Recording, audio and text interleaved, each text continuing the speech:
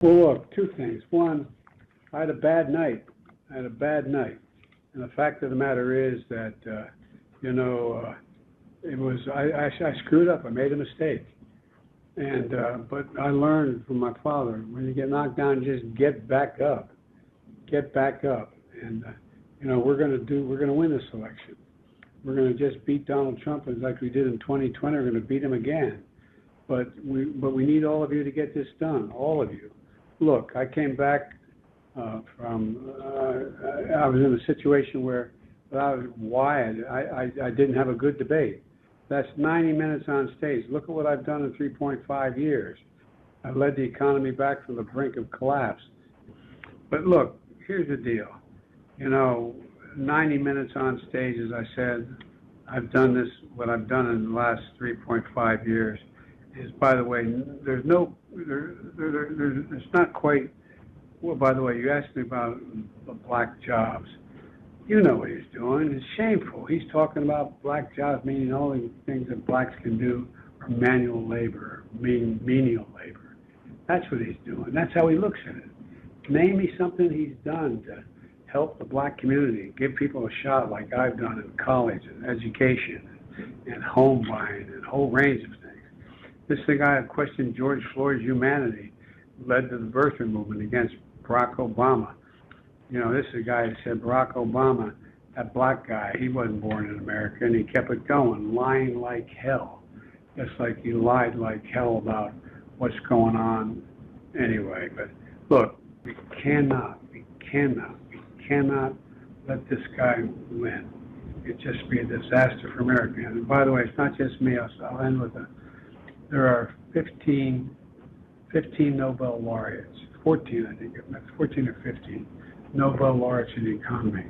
They said if he's reelected, he's going to cause a recession, and he's let out what he wants to do the second term. He said he's going to cause a recession, and we're going to have a significant rise in interest rates. They looked at mine and they said, what Biden's going to do if he's reelected, he's going to make sure interest rates come down, there's going to be a soft landing, we're going to be able to continue to grow the economy. The economy has never grown faster than under me, and we're going to make sure it does, but it includes everybody. We're unique in all the world. I know, like millions of Americans know, when you get knocked down, you get back up.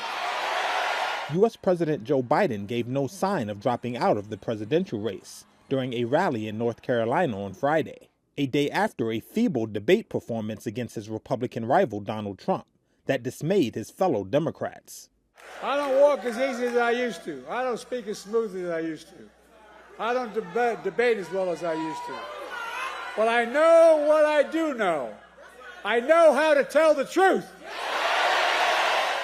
Biden's verbal stumbles and occasionally meandering responses during the debate heightened voter concerns that he might not be fit to serve another 4-year term, even prompting some of his fellow Democrats to wonder whether they could replace him as their candidate for the November 5th election.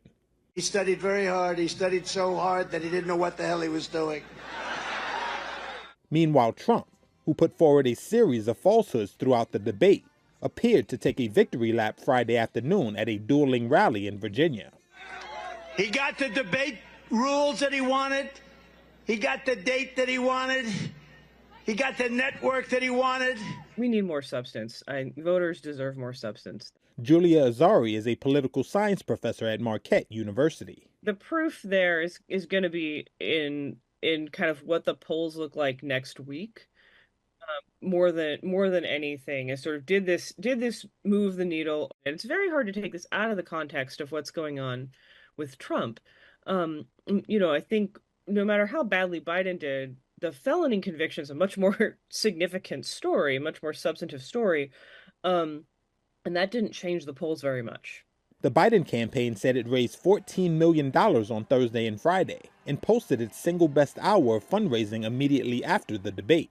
The Trump campaign said it raised $8 million on debate night.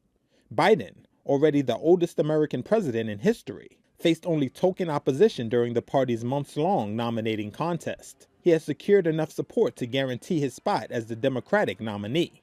Trump likewise overcame his intra-party challengers early in the year, setting the stage for a long and bitter general election fight. Is President Biden considering stepping down? Absolutely not. And you heard, I believe, directly from the campaign as well. Is the president telling people he's evaluating the race? False. That is absolutely false. I saw that reporting. We were not given enough time to get back to that reporting, just a couple of minutes, and we asked the president. The president responded directly when asked about this question because we said that we would, and the president said it is absolutely false. That's coming directly from him. And Korean President Biden has always promised to tell the American people the truth. So can you be straight with us and the American people? Is the president clear-eyed about what it takes to stay in the race and what it would take for him to drop out? The president is clear-eyed, and he is staying in the race. I don't have anything else beyond that. He's staying in the race.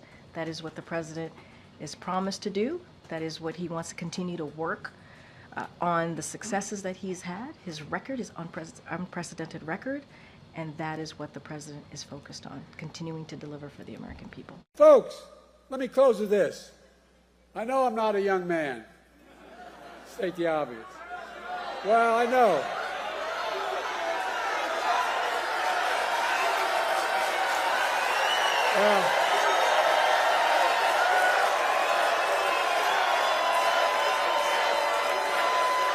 Well, I don't. Folks, I don't walk as easy as I used to. I don't speak as smoothly as I used to. I don't debate as well as I used to. But I know what I do know. I know how to tell the truth.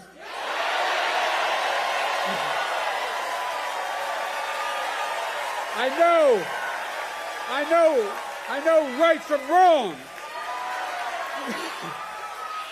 And I know how to do this job.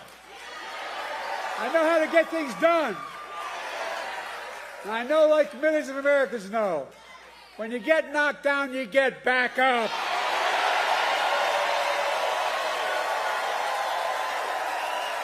Do you think he's fit for office? Yes, fit for office. The president has three and a half years of delivering for us, going through what we've all been through.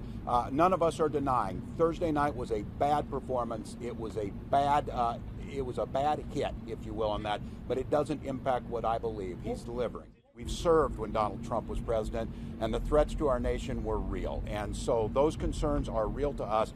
And what we understand was a Trump presidency was chaos, destruction. A Biden presidency was dealing with COVID, using the science, investing in infrastructure, and working to the middle class. We came in and we were honest about the feedback that we were getting. We were honest about the concerns that we were hearing from people.